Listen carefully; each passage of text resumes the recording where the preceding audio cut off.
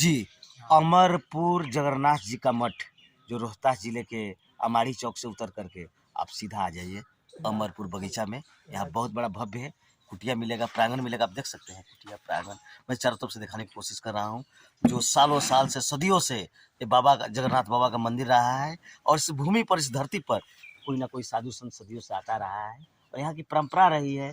यहाँ तक इस आश्रम के नेवतर से बाग बगीचा, खेत खलिहान सब कुछ छोड़ा हुआ है। धन्य है वो भारत भूमि, धन्य है वो रोहतास जिला और धन्य है अमरपुर बाल, धन्य है यहाँ के जनता जनार्दन जो ऐसे साधु संतों को अपने दिल में, हृदय में स्थान दिया है।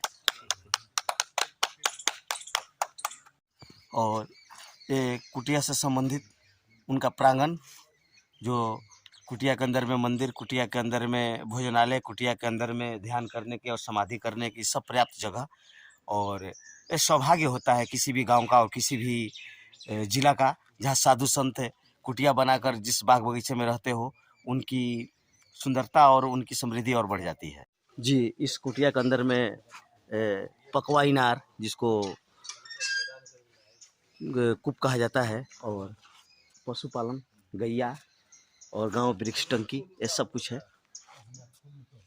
और यही होना चाहिए प्रत्येक आश्रम में, कुटिया में, ताकि आम ग्रामीण जनता जनार्दन आकर के यहाँ पर अपने आप को एकदम मुक्त पाए, काम क्रोध लव मद मोह से एकदम अलग हो जाए।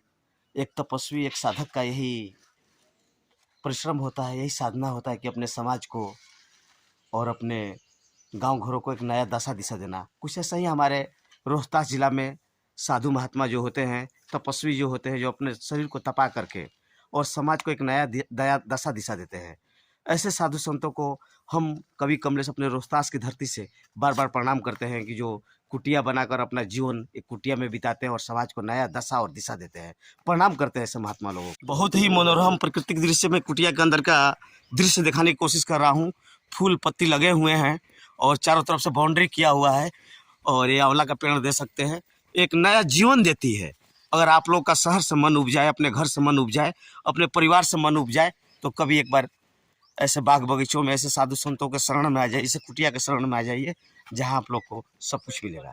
और ये पुण्य भूमि में आकर, धर्म की भूमि में आकर, और इस जगशाला में आकर, इस मंडप में आकर, इस कुटिया में आकर के, और इस धरती पर आकर के मैं साधु संतों के बीच में, उन लोगों के बीच में खड़ा होकर के प्रसाद कहूँगा, चाय नहीं कहूँगा। चाय कहूँगा तो अपमान हो जाएगा, क्योंकि हाथों से दिया हुआ हर कुछ प्रसाद होता है, और मैं प्रसाद समझ के ही पी रहा हूँ।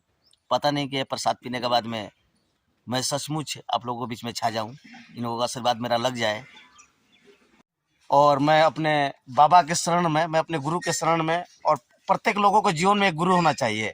अगर लोगों के जीवन में गुरु नहीं होंगे ना, तो बिना डोर का पतंग हो जाएंगे।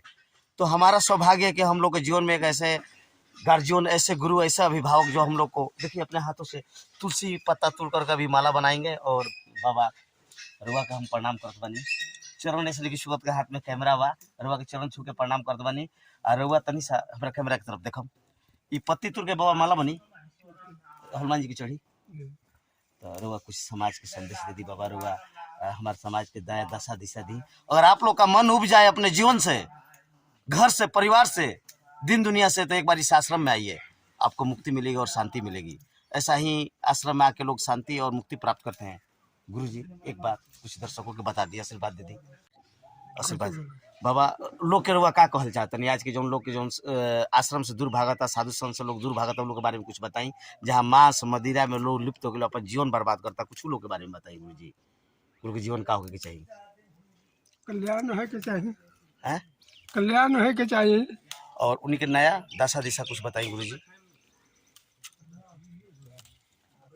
बहुत प्यार से तुर रहे हैं, और ये सौभाग्य होता है कि ऐसे साधु महात्मा जो अपने हाथों से फूल को तोड़ करके पूजा के लिए ले जाते हो, तो भगवान तो स्वयं प्रसन्न हो जाएंगे। ऐसे हमें ऐसे साधु संतों को सम्मान करना चाहिए, आदर करना चाहिए हर एक पीढ़ी को, कि जो अपने को, आपको तपा करके समाज को नया दशा दिशा देते हो। हाँ। वही संत के मान बड़ुए कि झूठ सच बोलत बड़न, जनता का शोषण करत बड़न, तो उन्हीं का मान है। और जो नहीं झूठ सच बोल रहे हैं, कहीं तपस्या कर रहे हैं जंगल झाड़ी में, उनको कोई पूछने वाला नहीं है।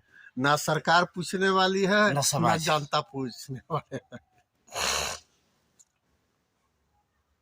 महात्मा जी को कहना है कि ऐसे साधु संत जो है हमारे शहर बाजारों से दूर कहीं आश्रम बनाकर अपने आप शरीर को तपा रहे हैं जंगल में, आश्रम में, कुटिया में, लेकिन ना तो उनको समाज कोई देख रहा है ना ही सरकार। सरकार तो कभी नहीं देखेगी क्योंकि सरकार तो आपका भ्रष्ट हो चुका है, लेकिन समाज के लोगों को चाहिए कि हमारे समाज से निकल कर और आपके लिए लोग तप कर रहे हैं, इन लोगों को चरण पखारे आकर के, और बार बार आए, अपने बच्चों के साथ आए, अपने परिवार को साथ आए, क्योंकि अगर आप लोग नहीं आएगा तो कौन आएगा इस कुटिया में? ये कुटिया किसके लिए बनाया गया है?